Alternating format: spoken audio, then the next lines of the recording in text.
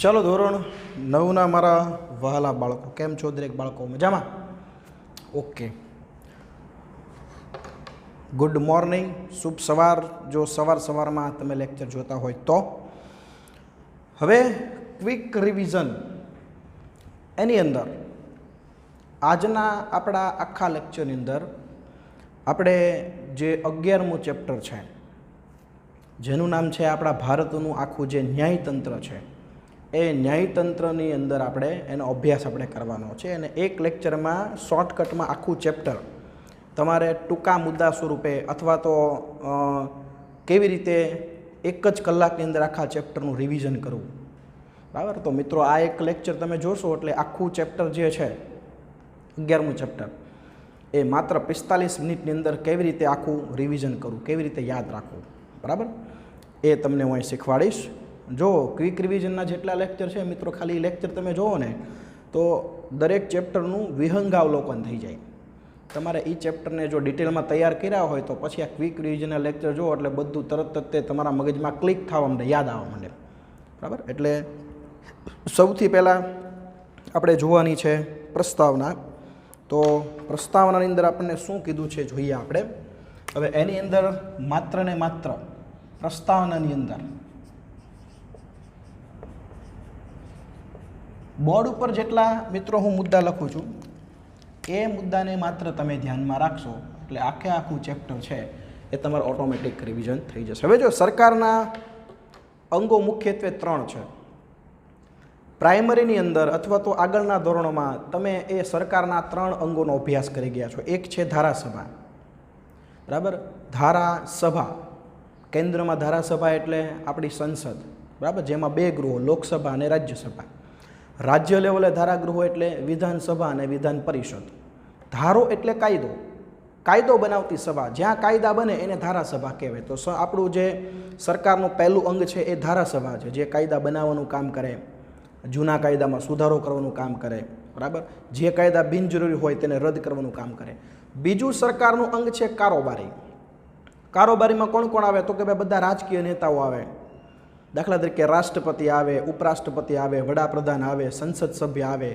રાજ્ય લેવલે જુઓ તો રાજ્યપાલ આવે, મુખ્યમંત્રી આવે, બરાબર? પછી રાજ્યના બધા મંત્રીઓ આવે, બરાબર? તો આ બધા જે છે એનું આખું બનેલું અંગ જે છે તેને કારોબારી કહેવાય. આખા દેશનું, સમગ્ર દેશનું સંચાલન કરવાનું કામ કરે.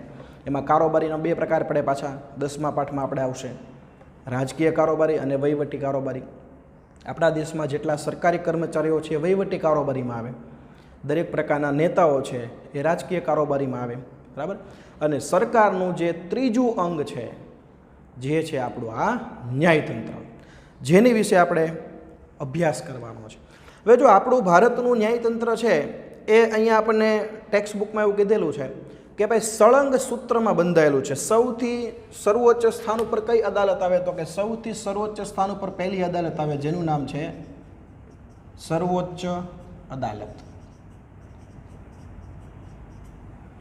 એની નીચે આવે દરેક રાજ્યની વડી અદાલત અને 3જા નંબર પર આવે વડીની નીચે આવેલી તાબાની અદાલતો.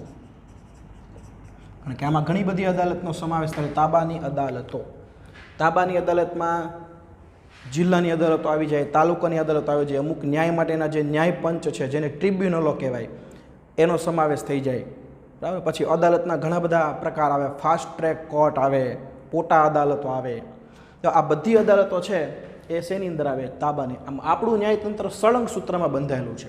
જો તાબાની અદાલતમાં કોઈ પણ કેસ ચાલતો હોય, એનો ચુકાદો આવ્યો જે આપણને માન્ય નથી, તો આપણે વડી અદાલતમાં જઈ શકીએ. વડી અદાલતમાં માનો કે ચુકાદો આવ્યો એ આપણે માન્ય નથી, તો રીટ માટે આપણે સર્વોચ્ચ અદાલતમાં જઈ શકીએ. અને સર્વોચ્ચ અદાલતનો નિર્ણય છે એ આખરી ગણાય છે, બરાબર? સર્વોચ્ચ અદાલતનો નિર્ણય કેવો છે? આખરી ગણાય છે. સર્વોચ્ચ અદાલતમાં જે ચુકાદો આવે એના માટે પછી આપણે બીજી કોઈ પણ અદાલતમાં જઈ શકતા નથી. એ સર્વમાન્ય ગણાય છે, બરાબર? એ ચુકાદાનો જે નિર્ણય છે એ સર્વમાન્ય ગણાય છે, તે આપણે સ્વીકારવો પડે છે.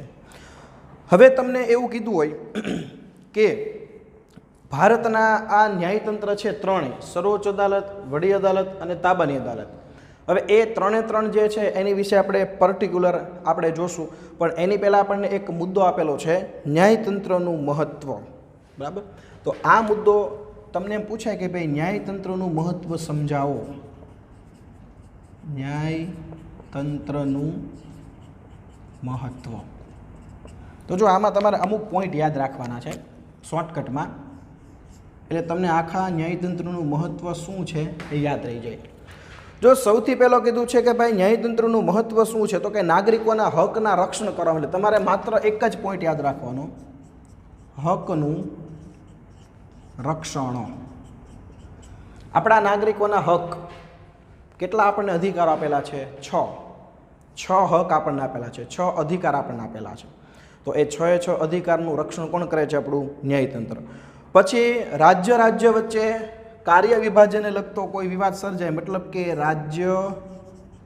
રાજ્ય વચ્ચેનો વિવાદ, તો એને ઉકેલવાનું કામ કોણ કરે? તો કે ન્યાયતંત્ર કરે. કોઈ પણ રાજ્ય વચ્ચે કાર્ય વિભાજનને લગતો હોય કે કોઈ પણ વિવાદ હોય, માનો કે આપણું ગુજરાત રાજ્ય છે, આપણે કોઈ પણ રાજ્ય સાથે કોઈ પણ બાબતમાં વિવાદ થયો હોય તો એને ઉકેલવાનું કામ કોણ કરે છે? તો કે ન્યાયતંત્ર કરે છે. બંધારણની સર્વોપરિતા જાળવવાનું કામ કોણ કરે? ન્યાયતંત્ર. એટલે પછીનો મુદ્દો તમારે લખવાનો, તો કે બંધારણની સર્વોપરિતા, બરાબર, જાળવવી. આપણું બંધારણ છે ને મિત્રો, એ હંમેશા સર્વોપરી રહેવું જોઈએ. બંધારણમાંથી કાયદા બન્યા, કાયદા બનાવીને પછી એનું બંધારણ નથી બનાવ્યું, બરાબર. એટલે કોઈ પણ કાયદાનો અમલ થાય એટલે એ કાયદાનો ઉલ્લેખ બંધારણમાં હોવો જોઈએ. જો બંધારણમાં એનો ઉલ્લેખ ન હોય તો આપણું ન્યાયતંત્ર એ કાયદાને કેવો કરી નાખે? રદ બાતલ કરી નાખે. એટલે હંમેશા આપણું બંધારણ છે ને એ સર્વથી ઉપરી છે, સર્વોપરી છે. એટલે બંધારણની સર્વોપરિતા છે એ જાળવી રાખવાનું કામ કોણ કરે? ન્યાયતંત્ર કરે છે. ચાલો આ તમારે, અને છેલ્લું કે ધારાસભા અને કારોબારી, આની ઉપર નિયંત્રણ કોણ રાખે છે? તો કે ન્યાયતંત્ર રાખે છે. આપણા જે બીજા 2 અંગો છે, એક અંગ છે ધારાસભા અને બીજું અંગ છે કારોબારી, બરાબર. આના ઉપર નિયંત્રણ કોણ રાખે છે? તો કે ન્યાયતંત્ર, બરાબર. ધારાસભા એટલે કાયદો બનાવે, જેમાં સંસદ આવે, રાજ્ય કક્ષાએ વિધાનસભા અને વિધાન પરિષદ આવે, બરાબર. પછી કેન્દ્ર કક્ષાએ ધારાગૃહમાં સંસદના 2 ગૃહો આવે, રાજ્યસભા, લોકસભા. તો આ ધારાસભા. કારોબારીમાં આપણે વાત કરી હતી રાજ્યપાલ, મુખ્યમંત્રી, વડાપ્રધાન, રાષ્ટ્રપતિ, ઉપરાષ્ટ્રપતિ, બરાબર. તો આ બધા આ બંને અંગો જે છે એના પર નિયંત્રણ રાખવાનું કામ કોણ કરે? તો કે ભાઈ ન્યાયતંત્ર. 2 માર્ક્સમાં તમને પ્રશ્ન પૂછાય એટલે આટલા ટોપિક તમે યાદ રાખો એટલે 2 માર્ક્સ પૂરેપૂરા તમને મળી જાય. હવે આપણે જે આપણી 3 અદાલતો છે એના વિશે આપણે અભ્યાસ કરશું. એમાં સૌથી પહેલાં જોશું આપણે સર્વોચ્ચ અદાલત. એટલે સૌથી આપણી પહેલા નંબરની અદાલત છે જેનું નામ છે સર્વોચ્ચ અદાલત. હવે જો સૌથી પહેલાં સર્વોચ્ચ અદાલત છે એની આપણે શું જોવાની છે? તો કે એની આપણે જોવાની છે રચના, બરાબર. સર્વોચ્ચ અદાલતની શું જોવાની છે? રચના. તો પહેલો મુદ્દો કે આપણા દેશમાં ટોચની અદાલત એટલે કઈ અદાલત? તો કે સર્વોચ્ચ, એટલે સર્વોચ્ચ સ્થાન. એટલે પહેલો મુદ્દો લખશું આપણે સર્વોચ્ચ સ્થાન. તમને એવું પૂછાય પરીક્ષાની અંદર કે ભાઈ ભારત દેશની અંદર સર્વોચ્ચ સ્થાને અથવા ભારત દેશની અંદર ટોચના સ્થાને કઈ અદાલત આવેલી છે? તો તમારે જવાબ લખવાનું છે સર્વોચ્ચ અદાલત. હવે જો ક્યાં આવેલી છે? તો કે ભાઈ દિલ્હીમાં. તેની બેઠક ક્યાં છે? તો કે તેની બેઠક છે તો કે દિલ્હીની અંદર. ક્યાં આવેલી છે? દિલ્હી. સર્વોચ્ચ અદાલત આપણા ભારતની છે, એનું સ્થાન ક્યાં છે? તો કે ભાઈ દિલ્હીની અંદર છે. પછી શું કીધું છે? તો કે સર્વોચ્ચ અદાલતમાં હવે આપણે ન્યાયાધીશ વિશે જોઈએ તો 28 એક મુખ્ય ન્યાયાધીશ હોય અને 28 ન્યાયાધીશ કોણ હોય? અન્ય હોય. એટલે હવે આપણે ન્યાયાધીશ વિશે આપણે જોઈએ કે સર્વોચ્ચ અદાલતના ન્યાયાધીશો, ન્યાયાધીશ, તો એની અંદર મુખ્ય કેટલા હોય? તો કે 1 હોય. અને અન્ય કેટલા હોય? તો કે 28 હોય. કેટલા હોય? 28. હવે જો આની નિમણૂક કેવી રીતે થાય? આ જે ન્યાયાધીશો જે છે એની પસંદગી કેવી રીતે થાય? મુખ્ય ન્યાયાધીશ છે ને, માનો કે મુખ્ય ન્યાયાધીશ છે એ અત્યારે નિવૃત્ત થઈ ગયા છે, તો આ 28માંથી જે સૌથી સિનિયર હોય, જેને કાર્યનો અનુભવ સૌથી વધારે, એમાંથી એક વ્યક્તિને ક્યાં મોકલી દેવામાં આવે? ઉપર, મુખ્યમાં. અને નવાની ભરતી ક્યાં કરવામાં આવે? અન્યની અંદર. કારણ કે અહીંયાથી ઉપર એક વ્યક્તિ જાય એટલે અન્ય ન્યાયાધીશમાં એક જગ્યા ખાલી પડી રહે, બરાબર. એટલે અહીંયા 27 થયા, એમાં એક નવી ભરતી કરવામાં આવે, બરાબર. હવે જે સિનિયોરિટી પ્રમાણે જે સિનિયર હોય, જેને કાર્ય કે કામનો અનુભવ વધારે હોય, એ એક વ્યક્તિ અન્યમાંથી ક્યાં વ્યો જાય? મુખ્યમાં વ્યો જાય. હવે જો આ જે ન્યાયાધીશની સંખ્યા છે ને, એમાં ફેરફાર કોણ કરી શકે? સંસદ કરી શકે, અથવા તો આપણા રાષ્ટ્રપતિ કરી શકે. જો અહીંયા શું કીધું છે કે સંસદ ફેરફાર કરે એ કાયમના માટે હોય, અને રાષ્ટ્રપતિ વધારાના ન્યાયાધીશ મૂકે એને એડહોક ન્યાયાધીશ કહેવાય. મતલબ કે ન્યાયાધીશની સંખ્યામાં કોણ ફેરફાર કરી શકે? તો કે સંસદ ફેરફાર કરી શકે, બરાબર. જે ફેરફાર કેવો હોય? કાયમી હોય. અને રાષ્ટ્રપતિ જે ફેરફાર કરે એને કેવા ન્યાયાધીશ કહેવાય? તો કે એને કહેવાય એડહોક ન્યાયાધીશ. અને એની મુદત કેટલી હોય? 2 વર્ષ, બરાબર. માનો કે સંસદે એવું નક્કી કર્યું કે ભાઈ અન્ય ન્યાયાધીશ 28ની જગ્યાએ 30, તો પછી કાયમ માટે 30 રહે. પણ રાષ્ટ્રપતિ એવું વિચારે કે ભાઈ 28 ન્યાયાધીશ અત્યારે છે અને કેસ પેન્ડિંગમાં ઘણા બધા છે, આપણે ન્યાયાધીશની સંખ્યા વધારવાની જરૂર છે. રાષ્ટ્રપતિ 2 ન્યાયાધીશ નવા મૂકે ને, તો રાષ્ટ્રપતિએ મૂકેલા નવા ન્યાયાધીશની મુદત ખાલી 2 વર્ષની જોઈએ. 2 વર્ષ માટે રહે, પછી પાછા જ્યાંથી આવ્યા હતા ત્યાં પાછા આવ્યા જાય. અને રાષ્ટ્રપતિ જે નવા ન્યાયાધીશની નિમણૂક કરે એને કહેવાય એડહોક ન્યાયાધીશ કહેવાય. હવે ન્યાયાધીશ માટેની લાયકાતો કેવી હોવી જોઈએ? તો હવે આપણે ટૂંકમાં લાયકાતો જોઈ લઈએ, બરાબર. માનો કે સર્વોચ્ચ અદાલતની અંદર ન્યાયાધીશની નિમણૂક કરવાની છે, તો એનામાં કેવી કેવી લાયકાતો હોવી જોઈએ? તો સૌથી પહેલાં તો જો ભારતનો નાગરિક હોવો જોઈએ. પહેલી લાયકાત ભારતનો નાગરિક, બરાબર. પછી એની પછી લાયકાત નંબર 2,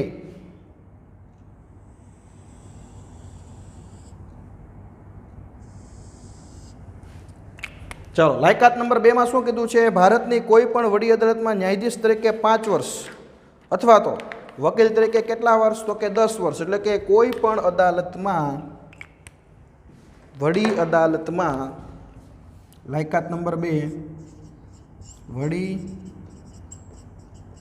અદાલતમાં ન્યાયાધીશ હોય તો 5 વર્ષ, અને વકીલ હોય તો 10 વર્ષ. એનો શું જોઈએ?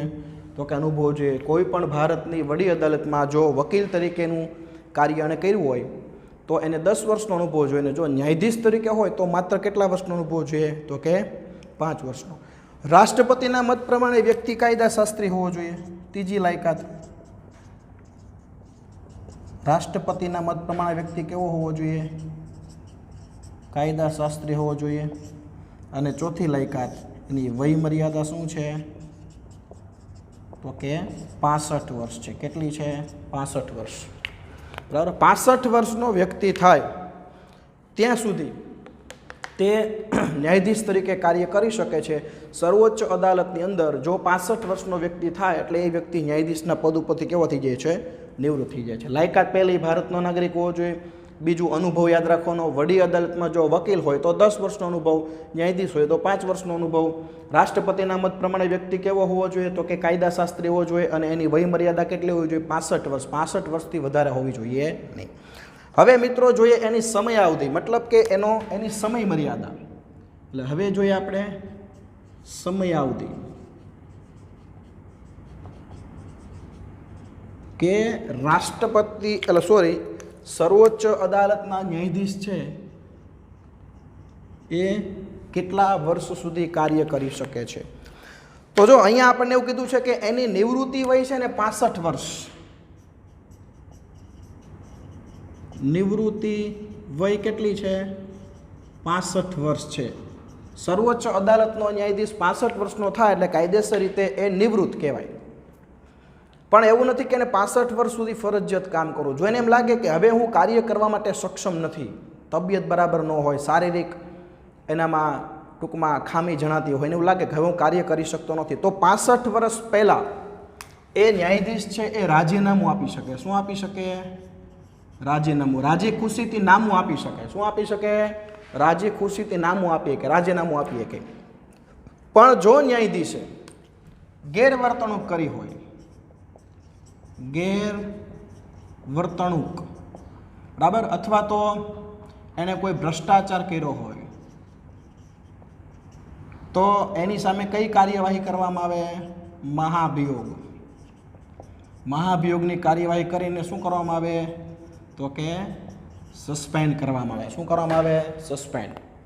પછી એની ઉંમર 65 વર્ષની થઈ હોય કે ન થઈ હોય, ન્યાયાધીશે કોઈ ગેરવર્તણૂક કર્યું હોય, બંધારણનો ભંગ કર્યો હોય, ભ્રષ્ટાચાર કર્યો હોય, તો એને 65 વર્ષ પહેલાં એની સામે મહાભિયોગની કાર્યવાહી થાય. મહાભિયોગની કાર્યવાહી એટલે સંસદની અંદર આ બાબતની ચર્ચા થાય અને સંસદના બંને સભ્યો મળીને, બરાબર, રાજ્યસભા અને લોકસભા બંને સભ્યો મળીને જો 2/3 ઠરાવ પસાર કરે અને એવું કહે કે ભાઈ આ ન્યાયાધીશ જે છે એ આપણા ભારતના ન્યાયતંત્રને લાયક નથી અને સસ્પેન્ડ કરવામાં આવશે, 2/3 સભ્યની બહુમતીથી ઠરાવ પસાર થાય એટલે ન્યાયાધીશને શું કરવામાં આવે? સસ્પેન્ડ કરવામાં આવે. બરાબર. હવે માનો કે કોઈ ન્યાયાધીશ નવા બને તો તેને શપથ કોણ લેવડાવે? તો કે ન્યાયાધીશને શપથ લેવડાવે રાષ્ટ્રપતિ.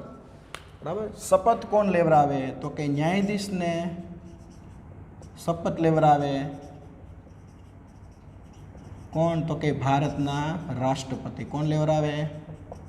રાષ્ટ્રપતિ. બરાબર. લેખિત જે પ્રતિજ્ઞાપત્ર હોય ને એમાં સિગ્નેચર કરાવે રાષ્ટ્રપતિ, અને મૌખિક એને શપથ ગ્રહણ કરાવે. હું આમ નહીં કરું, હું તેમ નહીં કરું, હું બંધારણનું પાલન કરીશ ને, હું ન્યાયપૂર્ણ રીતે ચુકાદા આપીશ ને, હું આમ કરીશ ને, હું તેમ કરીશ ને. બરાબર. એ આપણા રાષ્ટ્રપતિ. જો આમાં ઊંધું છે, રાષ્ટ્રપતિ જ્યારે નવા બને ને ત્યારે એને શપથ કોણ લેવડાવે? સર્વોચ્ચ અદાલતના આપણા ન્યાયાધીશ. અને ન્યાયાધીશ નવા બને ત્યારે એને શપથ કોણ લેવડાવે? આપણા રાષ્ટ્રપતિ. તો અહીંયા આગળ આ જે ન્યાયાધીશ જે છે રચના છે વડી સર્વોચ્ચ અદાલતની, એ રચના થઈ જાય છે પૂરી. હવે આપણે સર્વોચ્ચ અદાલતના અધિકાર ક્ષેત્રો જોવાના છે. શું જોવાનું છે? અધિકાર ક્ષેત્રો. તો અધિકાર ક્ષેત્રો ટોટલ આમાં કેટલા છે? તો કે અધિકાર ક્ષેત્રો સર્વોચ્ચ અદાલતની અંદર ટોટલ છે 3 છે. કેટલા છે? 3. સૌથી અધિકાર ક્ષેત્રોમાં પહેલું છે મૂળભૂત ક્ષેત્રાધિકાર. એટલે સૌથી પહેલા મૂળભૂત ક્ષેત્રાધિકાર. મૂળભૂત ક્ષેત્રાધિકાર. પછી વિવાદાધિકાર ક્ષેત્ર અથવા તો અપીલનું ક્ષેત્રાધિકાર. અપીલનું ક્ષેત્રાધિકાર. એની પછી છે ત્રીજું ક્ષેત્રાધિકાર છે સલાહ ક્ષેત્રાધિકાર. ત્રીજું ક્ષેત્રાધિકાર કયું છે? સલાહ ક્ષેત્રાધિકાર. અને ચોથું છે અન્ય. આમાં ઘણી બધી વસ્તુ ભેગી આપેલી છે અન્ય. હવે મૂળભૂત ક્ષેત્રાધિકાર એટલે શું? ટૂંકમાં આપણે સમજી લઈએ કે સર્વોચ્ચ અદાલતની અંદર કોઈ પણ કેસની ચૂકવણી જ્યારે પ્રથમ વખત આપવાની હોય, સર્વોચ્ચ અદાલતની અંદર કોઈ પણ કેસની ચૂકવણી જ્યારે ચુકાદો સૌથી પહેલી વખત આપવાનો હોય, નવો કેસ હોય જીતો, તો એ કેસ જ્યારે સર્વોચ્ચ અદાલતમાં આવે ત્યારે એ કેસ હંમેશા મૂળભૂત ક્ષેત્રાધિકારમાં આવે. હવે કેવા કેવા કેસ આવે? તો કે સરકાર સામેના કેસ હોય, રાજ્ય વચ્ચેના કેસ હોય, એક બાજુ રાજ્ય સરકાર હોય, એક બાજુ કેન્દ્ર સરકાર હોય, એ બેને લગતા વિવાદ હોય. તો આવા બધા કેસ છે, બરાબર. એ બધા કેસ સીધા સર્વોચ્ચ અદાલતમાં જ દાખલ થાય, બીજી કોઈ પણ અદાલતમાં દાખલ થાય નહીં. અને સીધા સર્વોચ્ચ અદાલતમાં આવે નવો કેસ છે એટલે હંમેશા એ કેસ ક્યાં આવે? મૂળભૂત ક્ષેત્રાધિકારની અંદર આવે. ટૂંકમાં આટલું યાદ રાખવાનું. સમજાણું? મૂળભૂત ક્ષેત્રાધિકાર એટલે સર્વોચ્ચ અદાલતમાં જે કેસ પ્રથમવાર જ એને તકરાર સાંભળવાની હોય અને ચુકાદો આપવાનો હોય, નીચેની કોઈ પણ અદાલતમાં જે કેસના ચુકાદા આપવાના ન હોય એવા બધા કેસ, બરાબર. રાજ્ય વચ્ચેના કેસ, રાજ્ય સરકાર અને કેન્દ્ર સરકાર વચ્ચેના કેસ, બરાબર. તો એ બધા વચ્ચેના કેસ છે એ હંમેશા સર્વોચ્ચ અદાલતમાં જ દાખલ થાય. એટલે ક્યાં આવે? મૂળભૂત ક્ષેત્રાધિકારની અંદર આવે. અપીલ એટલે અપીલનો મતલબ શું? દલીલ. બરાબર. અપીલમાં આ ક્ષેત્રાધિકાર છે એમાં હંમેશા કેવા કેસ આવે કે જેનો ચુકાદો નીચેની અદાલતમાં એક વખત આવી ગયો છે. માનો કે આપણી ભાવનગરની જિલ્લાની અદાલત, સોરી આપણે એક ઉદાહરણ લઈએ કે આપણા ગુજરાત રાજ્યની વડી અદાલત છે અમદાવાદ. અમદાવાદમાં આપણો એક કેસ ચાલે છે. એ કેસનો ચુકાદો આવી ગયો, જે ચુકાદો આપણને માન્ય છે નહીં, એટલે આપણે અપીલ કરવાના. બરાબર, કારણ કે આપણને સજા થઈ હોય કે કોઈ પણ અન્યાય થયો હોય. હવે આપણે શું વિચારીએ કે આપણને અન્યાય થયો છે, કેસનો ચુકાદો વ્યવસ્થિત આવ્યો નથી, આ ચુકાદો મને માન્ય છે નહીં, એટલે આપણે અપીલ કરીએ. અપીલ હંમેશા ઉપરની અદાલતમાં થાય. આપણો કેસ વડી અદાલતમાં હતો એટલે અપીલ ક્યાં કરી શકાય? સર્વોચ્ચમાં. હવે જેવો સર્વોચ્ચમાં એ કેસ જશે, અપીલવાળો કેસ છે એટલે કયા ક્ષેત્રમાં આવશે? અપીલના ક્ષેત્રાધિકારમાં આવશે. અપીલ ક્ષેત્રાધિકારમાં કેવા કેસ આવે? તો કે ભાઈ દાવાની કેસ આવે, બરાબર, ફોજદારી કેસ આવે. દાવાની કેસ, દીવાની કેસ એટલે કેવા? દીવાની કેસ. દાવાની કેસ નહીં, દીવાની કેસ એટલે કેવા? સંપત્તિને લગતા કેસ, પૈસાને લગતા કેસ, બરાબર. અને ફોજદારી કેસ એટલે મારામારીને લગતા કેસ, ખૂનને લગતા કેસ, લૂંટને લગતા કેસ, ચોરીને લગતા કેસ. આ બધા કેસ છે ને એ ફોજદારીમાં. એટલે અપીલની અંદર દીવાની અને ફોજદારી બંને પ્રકારના કેસ છે એ નીચેની અદાલતમાંથી આવેલા હોય એ અહીંયા આવશે. અને ત્રીજું છે સલાહ અધિકાર ક્ષેત્ર. આપણી સર્વોચ્ચ અદાલતના જે મુખ્ય ન્યાયાધીશ છે એ સલાહ આપવાનું કામ કરે છે.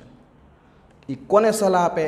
આપણા રાષ્ટ્રપતિને સલાહ આપે. કોને સલાહ આપે? આપણા રાષ્ટ્રપતિને. આપણા રાષ્ટ્રપતિને કોઈ પ્રશ્ન કે કોઈ બાબત પર સલાહ લેવાનું યોગ્ય જણાય તો આપણા રાષ્ટ્રપતિ છે એ સર્વોચ્ચ અદાલતના મુખ્ય ન્યાયાધીશને સલાહ લેવા માટે લેખિત જાણ કરે. હવે જો એમાં એવું છે, આપણા રાષ્ટ્રપતિ છે એ સલાહ લે છે, પણ જે સર્વોચ્ચ અદાલતના ન્યાયાધીશને એમ લાગે ને કે મારે સલાહ આપી છે તો જ આપે, ન આપી હોય તો ન આપે. રાષ્ટ્રપતિ માટે એવું છે. માનો કે સર્વોચ્ચ અદાલતના ન્યાયાધીશે સલાહ આપી તો રાષ્ટ્રપતિને પણ એ સલાહ માનવી તો માને, ન માનવી તો ન માને. બરાબર. એટલે સલાહ અધિકાર ક્ષેત્રની અંદર સલાહ આપવાનું કામ કરવામાં આવે છે. આપણી સર્વોચ્ચ અદાલત આપણા દેશના જે રાષ્ટ્રપતિ છે એને સલાહ આપે છે. એ આખું બાબત કયા ક્ષેત્રમાં આવે? કયા વિભાગમાં આવે? સલાહ ક્ષેત્રાધિકાર. અને અન્ય સત્તામાં શું આવે કે ભાઈ કોઈ અદાલતનો તિરસ્કાર કર્યો તેને સજા આપવી, બરાબર. પછી ચૂંટણીના કોઈ પણ કેસ હોય તો એનો નિકાલ કેવી રીતે લાવવો, તો આ બધી વસ્તુ છે ને એ અન્ય સત્તામાં આવે, બરાબર. અન્ય જે છે સત્તાની અંદર આવે છે. એની પછી એક મુદ્દો આવે છે નઝીરી અદાલત. કઈ અદાલત? નઝીરી અદાલત. આ પ્રશ્ન તમને 2 માર્કમાં પૂછાય કે ભાઈ નઝીરી અદાલત એટલે શું, સમજાવો. તો તમારે કેવી રીતે સમજાવવાનું? જેને કહેવાય court of record. Court of record. એક વખત કોઈ પણ કેસનો ચુકાદો આવી જાય એટલે એની ફાઇલ, એનો જે દસ્તાવેજ હોય એ પુરાવાકીય મૂલ્ય ધરાવે છે. પુરાવાકીય મૂલ્ય ધરાવે છે એટલે એને સાચવીને અદાલતના જે ભાગની અંદર રેકોર્ડ તરીકે રાખવામાં આવે, જેને સાચવવામાં આવે, તો આવા જે કેસના જે દસ્તાવેજો સાચવે છે એ અદાલતને કહેવાય નઝીરી અદાલત કહેવાય. એટલે જેને બીજા શબ્દમાં કોર્ટ ઓફ રેકોર્ડ, જે આપણા કોર્ટનો રેકોર્ડ રાખવાનું કામ કરે. શું કામ? કે ભાઈ ભવિષ્યમાં એવો ને એવો કેસ બીજી વાર બને તો એ ભવિષ્યનો બનેલો કેસ છે એ ચલાવવામાં ન આવે, સીધું જૂના કેસ ઉપરથી શું આપી દેવામાં આવે? ચુકાદો. અને એની સામે કોઈ વાંધો ઉપાડી શકે નહીં, બરાબર. એટલે નઝીરી અદાલત એટલે કોર્ટ ઓફ રેકોર્ડ, બરાબર, જેને આપણે બીજા શબ્દમાં કહીએ છીએ નઝીરી અદાલત. નઝીરી અદાલતનું મુખ્ય કાર્ય તો કે ભાઈ રેકોર્ડ સાચવવાનું છે. કોઈ પણ ચુકાદા આવી જાય એટલે એની ફાઇલોનો રેકોર્ડ એ સાચવે છે, જેથી ભવિષ્યમાં એમાંથી માર્ગદર્શન લઈ શકાય, અથવા એવો ને એવો કેસ જો ફરીવાર બને તો સીધો આનામાંથી માર્ગદર્શન લઈને સીધો ચુકાદો આપી શકાય.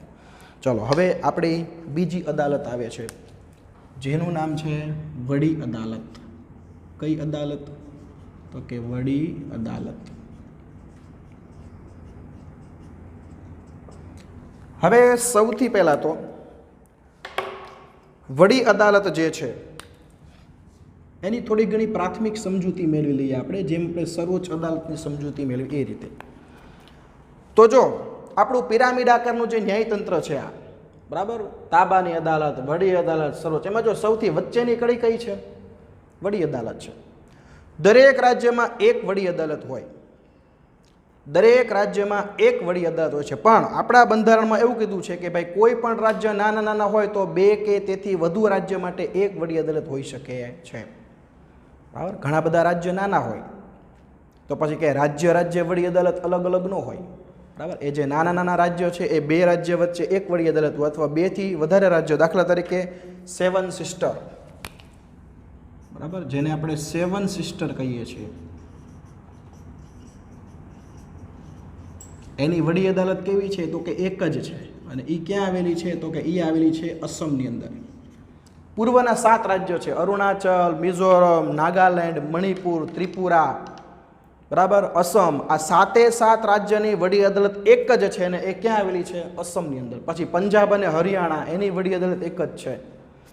એટલે આપણા બંધારણમાં એવું કીધું છે કે ભાઈ દરેક રાજ્યમાં એક વડી અદાલત હશે, પણ જો જે રાજ્ય નાના હશે તો એક કરતાં વધારે રાજ્યની વડી અદાલત એક પણ હોઈ શકશે. હવે એની રચના કઈ રીતે થાય છે તો હવે આપણે જોઈએ કે વડી અદાલત છે એની રચના કઈ રીતે થાય. બરાબર, તો રચનાની અંદર આપણને શું કીધું છે, જો કે ભાઈ વડી અદાલતની અંદર એક મુખ્ય ન્યાયાધીશ હોય અને અન્ય ન્યાયાધીશ હોય. એટલે આની રચનામાં પણ સૌથી પહેલાં તો આપણને ન્યાયાધીશ વિશે આપ્યું છે કે ભાઈ ન્યાયાધીશો કેવા હોય, તો કે મુખ્ય એક હોય અને અન્ય. હવે અન્ય કેટલા હોય એની માહિતી આપણને અહીંયા આપી નથી, કારણ કે દરેક રાજ્ય છે એ રાજ્યની સંખ્યા પ્રમાણે રાજ્યનું કદ કેવું છે, નાના મોટું છે. ઘણા રાજ્યમાં વસ્તી વધારે હોય, ઘણા રાજ્યમાં વસ્તી ઓછી હોય.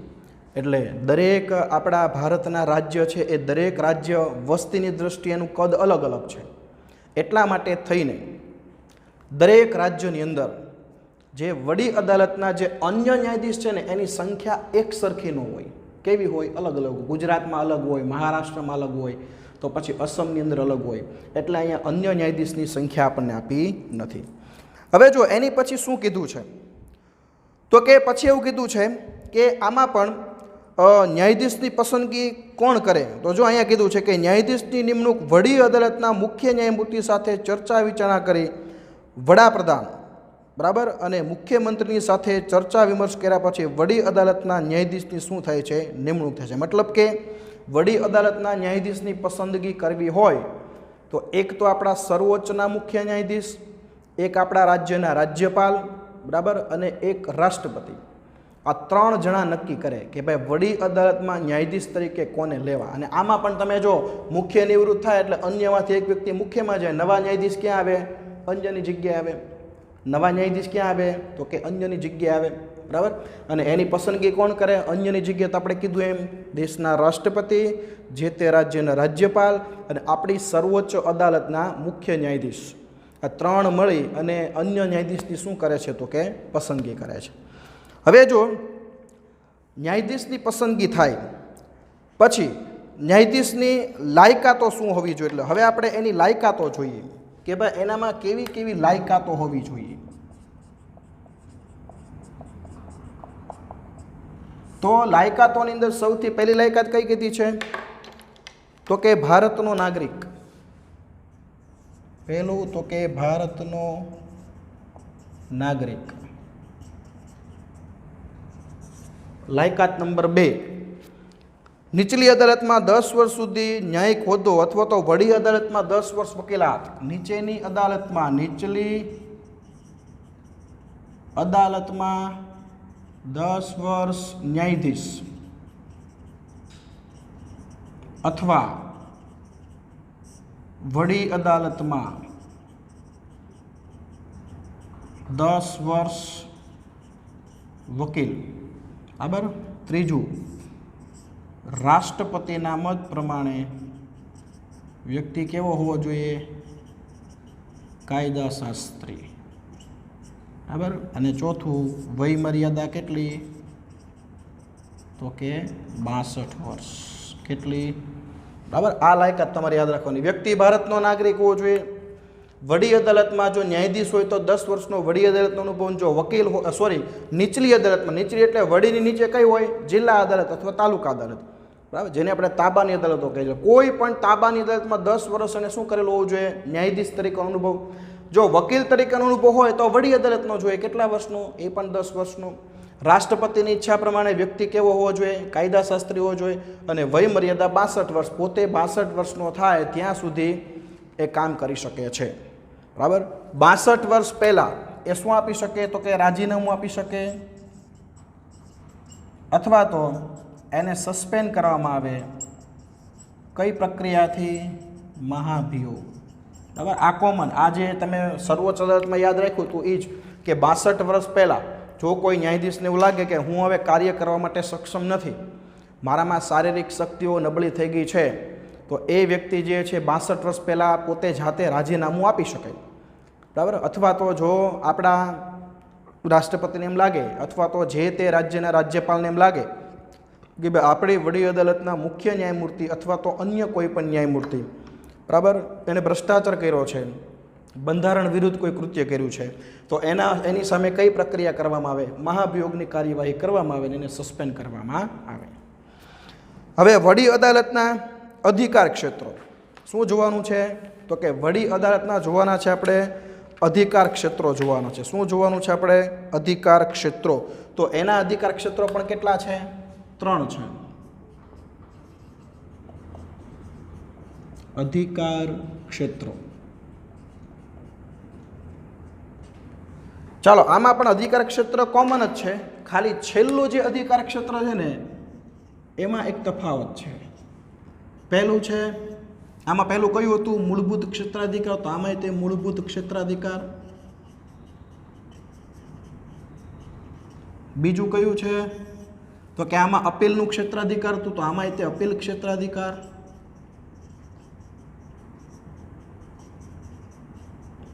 ઓલામાં ત્રીજું સલાહ ક્ષેત્રાધિકાર હતું. બરાબર, અને આની અંદર જે અધિકાર ક્ષેત્ર છે એમાં ત્રીજું અધિકાર આવશે વહીવટી અધિકાર ક્ષેત્ર. કયું આવશે? વહીવટી અધિકાર ક્ષેત્ર. ચાલો, હવે આ જે અધિકાર ક્ષેત્ર છે એની વિશે ટૂંકમાં આપણે માહિતી મેળવી લઈએ. જો પહેલા 2 અધિકાર ક્ષેત્ર છે એ જે સર્વોચ્ચમાં બન્યા એ જ રીતે કોઈ પણ કેસ હોય, પછી એ ફોજદારી કેસ હોય કે દીવાની કેસ હોય, જો વડી અદાલતમાં સીધો આવે છે, નવો કેસ આવે છે, જેનો ચુકાદો પ્રથમ વખત વડી અદાલતને સંભળાવવાનો છે, તો એ નવો કેસ હંમેશા વડી અદાલતમાં આવે એટલે કયા ક્ષેત્રમાં આવે? મૂળભૂત ક્ષેત્રાધિકારની અંદર આવે. જેનો ચુકાદો વડી અદાલતે પહેલી વાર જ આપવાનો છે. માનો કે આપણી ગુજરાત રાજ્યની વડી અદાલત અમદાવાદ છે. હવે તમે કોઈ પણ કેસ સીધો અમદાવાદ દાખલ કર્યો તો એ મૂળભૂત ક્ષેત્રાધિકારમાં આવે. તમે કોઈ નીચેની અદાલતમાં ગયા નથી. એની પછીનું ક્ષેત્રાધિકાર છે અપીલનું ક્ષેત્રાધિકાર. અપીલ એટલે કે વિવાદવાળા કેસ. નીચેની અદાલતોમાંથી, તાબાની અદાલતમાંથી આવેલા કેસ કે જેના માટે અપીલ કરવાની છે, તો અપીલવાળા કેસ બધા ક્યાં આવશે? અપીલ ક્ષેત્રાધિકારમાં. માનો કે ભાવનગર જિલ્લામાં કોઈ પણ કેસ ચાલે છે આપણો, હવે એનો ચુકાદો આવ્યો જે આપણને મંજૂર નથી, એના માટે આપણે નારાજ છીએ, આપણે આગળ અપીલ કરવી છે, તો આપણે આગળ અપીલ ભાવનગરમાં ન કરી શકીએ. આપણી ગુજરાત રાજ્યની વડી અદાલત અમદાવાદ છે ને તે અમદાવાદ જવું પડે. બરાબર, તો એ અમદાવાદમાં તમે જાઓ અપીલ માટે એટલે તમારો કેસ છે કયા ક્ષેત્રાધિકારની આવશે? બીજામાં. અને વહીવટી, આમાં અદાલત છે એ ત્રીજા ક્ષેત્રાધિકારમાં કઈ બાબત આવશે? વહીવટ કરવાની. આપણી વડી અદાલત દરેક જિલ્લાની જિલ્લા અદાલત અને દરેક તાલુકાની તાલુકા અદાલતનો વહીવટ કરે છે. બરાબર, ફીના ધોરણો કેટલા રાખવા, અમુક ફી માટેના કોષ્ટકો નક્કી કરવા, બરાબર, કયા કેસ માટે કેવી તકેદારી, આ બધું માર્ગદર્શન દરેક જિલ્લા કે તાલુકા, મતલબ કે તાબાની અદાલતને માર્ગદર્શન કોણ આપે? વડી અદાલત આપે. આ માર્ગદર્શન આપવાનું કામ છે એ કયા ક્ષેત્રાધિકારમાં આવે? વહીવટી અધિકાર ક્ષેત્રાધિકારમાં આવે. બરાબર, તો અહીંયા આગળ આ 3 અધિકાર ક્ષેત્રો થઈ જાય છે પૂરા.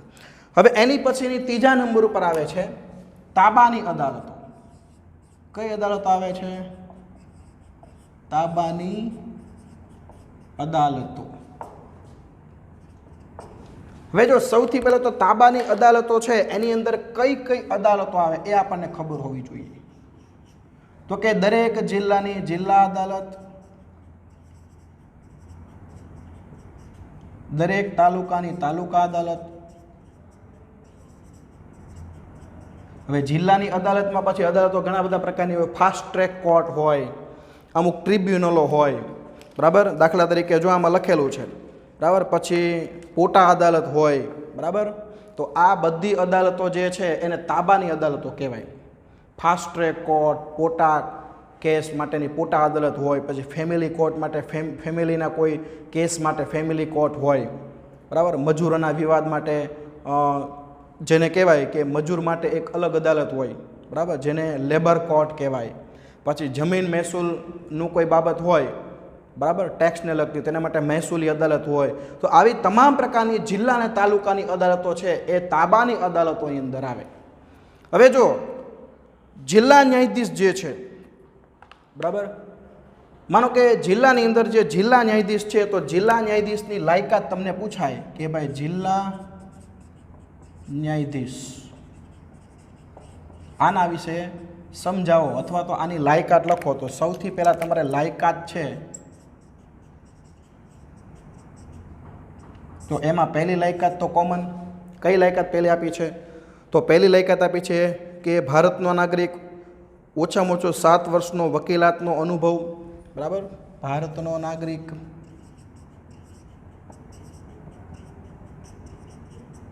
બીજું 7 વર્ષ વકીલાત, અને ત્રીજું ન્યાયતંત્રમાં અથવા તો અધિકારી તરીકેની જે લાયકાત હોય એ લાયકાત એનામાં હોવી જોઈએ. આ 3 યાદ રાખવાની. વ્યક્તિ ભારતનો નાગરિક હોવો જોઈએ, કોઈ પણ અદાલતની અંદર 7 વર્ષનો વકીલાત તરીકેનો અનુભવ હોવો જોઈએ, અને ન્યાયતંત્રની અંદર અધિકારી જે હોય એની પાસે જે લાયકાતો એવી લાયકાતો હોવી જોઈએ. હવે જો તાબાની અદાલતો છે, એ તાબાની અદાલતોની અંદર ₹5,000થી શરૂ કરી અને મોટી રકમ સુધીના દંડ આપવામાં આવે, બરાબર. નાનામાં નાની 3 કે 4 વર્ષની જેલની સજાથી શરૂ કરી ફાંસીની સજા સુધીની સજા આપવામાં આવે. તાબાની અદાલતો અંદર આપણે એમણે કીધું ફાસ્ટ ટ્રેક કોર્ટ આવી જાય, બરાબર. પછી પાણીને લગતા કોઈ વિવાદ હોય તો એ વિવાદના ઉકેલ માટે પાણી ન્યાય પંચ આવી જાય. ઘણી બધી ટ્રિબ્યુનલો છે. ફેમિલીને લગતા કોઈ વિવાદ હોય તેના માટે ફેમિલી કોર્ટ છે. મજૂરોને વિવાદ માટે જે છે એ મજૂરોના વિવાદ માટે લેબર કોર્ટ છે. પછી આતંકવાદીઓ છે એના કોઈ વિવાદ માટેનો ઉકેલ આવે તેના માટે સ્પેશિયલ પોટા અદાલતો છે, પોટા કેસ જેને કહેવાય, એના માટે પોટા અદાલતો છે. તો આવી અન્ય બધી અદાલતોનો સમાવેશ થાય છે. એની પછીનો મુદ્દો આવે છે લોક અદાલત અને જાહેર હિતના દાવા, બરાબર. લોક અદાલત અને જાહેર હિતના દાવા એટલે હવે જોઈએ આપણે લોક અદાલત. શું જોવાનું છે આપણે? લોક અદાલત. હવે સૌથી પહેલાં તો લોક અદાલત કહેવાય કોને? તો લોક અદાલત એટલે કંઈ એક અદાલત નથી, પણ લોક અદાલતનું આયોજન કરવામાં આવે છે. કોઈ મોટું મેદાન હોય, કોઈ સ્કૂલ હોય, કોઈ એવું કેમ્પસ હોય, ત્યાં આગળ લોક અદાલતનું આયોજન કરવામાં આવે. જે નાના નાના કેસ હોય, બરાબર, મારામારીને લગતા કેસ હોય, લૂંટને લગતા કેસ હોય, એક્સિડન્ટ કે અકસ્માતને લગતા કેસ હોય, તો આવા નાના નાના કેસનું એક જ દિવસમાં એને પતાવી દેવાનો, ચુકાદો આપી દેવાનો, બંને પક્ષ વચ્ચે સમાધાન કરાવી દેવાનું. એના માટે રજાના દિવસે લોક અદાલતનું આયોજન કરવામાં આવે. જે કેસના બંને પક્ષકાર હોય એ બંને પક્ષકારને પત્ર લખીને ઘરે જાણ કરવામાં આવે કે આ જગ્યાએ આ સ્થળે આટલા વાગે લોક અદાલતનું આયોજન કરવામાં આવેલું છે, જો તમને ઈચ્છા હોય તો તમારે હાજર રહેવા વિનંતી. એટલે બે પક્ષ હાજર રહે.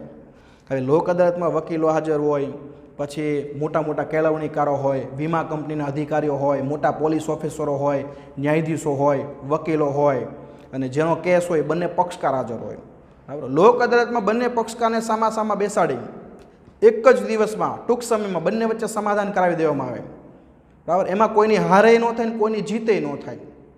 બંને વચ્ચે શું કરાવી દેવામાં આવે? સમાધાન કરાવી દેવામાં આવે. એટલે ત્યાં કેસ કેવો થઈ જાય? બંધ થઈ જાય. એ કેસ માટે પછી બેમાંથી કોઈ પણ પક્ષને અદાલતના ધક્કા ખાવા પડે નહીં, પૈસા ખર્ચવા પડે નહીં, બરાબર. આને લોક અદાલત કહેવાય. આ લોક અદાલતથી સમય અને પૈસા આ બંનેનો શું થાય છે? બચાવ થાય છે. અને ગરીબમાં ગરીબ વ્યક્તિને સરળતાથી શું મળે છે? ન્યાય મળે છે. અદાલતના જે ધક્કા ખાવા પડે છે, જે પૈસા ખર્ચવા પડે છે, પૈસા અને સમયની શું થાય છે? બચત થાય છે. એની પછી એક મુદ્દો છે જાહેર હિતના દાવા. જાહેર હિતના દાવાઓ. કોઈ પણ એક વ્યક્તિનો કેસ નહીં, પણ જાહેર જનતાને લગતો સામૂહિક કેસ હોય તો એને જાહેર હિતના દાવાઓ કહેવાય. માનો કે તમારી સોસાયટીમાં કોઈ જાહેર પ્રશ્ન છે એના માટે તમારે અદાલતનો સહારો લેવો પડે તેમ છે, તો બધા લોકોને લગતી અરજી કરવામાં આવે, બધા લોકોમાં સહી કરે અને માત્ર પત્ર દ્વારા તમે ખાલી એ અરજી અદાલતમાં મોકલો તોય અદાલતની અરજી સ્વીકારવી પડે, કેસ દાખલ કરવો પડે. કારણ કે એક વ્યક્તિનો પ્રશ્ન, કોનો પ્રશ્ન છે? જાહેર જનતાને લગતો પ્રશ્ન છે. આના જાહેર હિતના દાવાઓ કહેવાય. બરાબર. અને છેલ્લે છે ન્યાયતંત્રની સ્વતંત્રતા. ન્યાયતંત્રની સ્વતંત્રતા. મિત્રો, આ મુદ્દો જે છે આપણે 8મા ચેપ્ટરમાં ભણી ગયા કે આપણું ભારતનું જે ન્યાયતંત્ર છે એ સ્વતંત્ર છે. આપણા ભારતના ન્યાયતંત્રને કોઈ પણ સાથે લેવા દેવા છે નહીં. આપણા ભારતના ન્યાયાધીશ જ્યારે ચુકાદો આપતા હોય ત્યારે પોતે કેવા હોય છે? સ્વતંત્ર હોય છે. એને કોઈ રાષ્ટ્રપતિ, કોઈ રાજ્યપાલ, કોઈ મુખ્યમંત્રી, કોઈ વડાપ્રધાન એના દબાણ હેઠળ કામ કરવાનું હોતું નથી. એ સ્વતંત્ર રહીને ચુકાદો આપી શકે છે. બરાબર. જેથી ગરીબમાં ગરીબ વ્યક્તિને, મધ્યમ વર્ગના વ્યક્તિને સરળતાથી ન્યાય મળે. કોઈ લાગવગ કે કોઈ સગાવાદ એ આપણા ન્યાયતંત્રની અંદર જોવા મળતું નથી. તો અહીંયા આગળ આપણું આ જે ચેપ્ટર 11 જે છે એનું ક્વિક રિવિઝન આપણે અહીંયા કરીએ છીએ પૂરું. તો મિત્રો, ક્વિક રિવિઝનમાં આપણે હોમવર્ક નથી આપતા, પણ હેતુ એ છે કે ભાઈ આ 40 કે 45 મિનિટનો જે લેક્ચર છે એમાં આખું ચેપ્ટર જે છે એ તમારે ટૂંકમાં રિવિઝન થઈ જાય. બોર્ડ ઉપર જે મુદ્દા લખ્યા છે એ મુદ્દાનો સ્ક્રીનશોટ લઈ લેજો. બોર્ડ ઉપર જે મુદ્દા લખ્યા છે ને તમારું આખું 11મું ચેપ્ટર છે. એ તમે મુદ્દા યાદ રાખશો એટલે આખું 11મું ચેપ્ટર તમને યાદ થઈ જશે. હવે જેવો હું બોર્ડથી દૂર જાઉં એટલે તરત એનો સ્ક્રીનશોટ લઈ લેવાનો અને એ તમારે રાખવાનું. Okay, bye. આવતા લેક્ચરમાં પાછા નવા ચેપ્ટર સાથે આપણે મળશું.